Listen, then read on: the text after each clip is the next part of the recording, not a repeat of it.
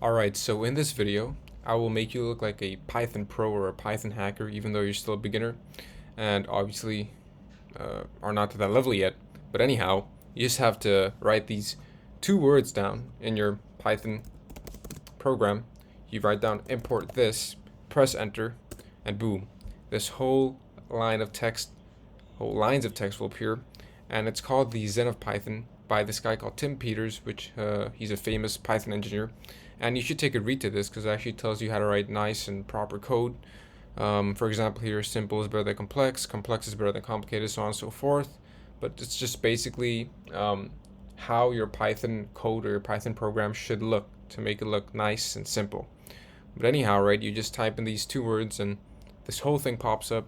It makes you look cool and you just look like you've been writing down this whole line of code even though you aren't doing anything basically. So that's it for this video. Thank you.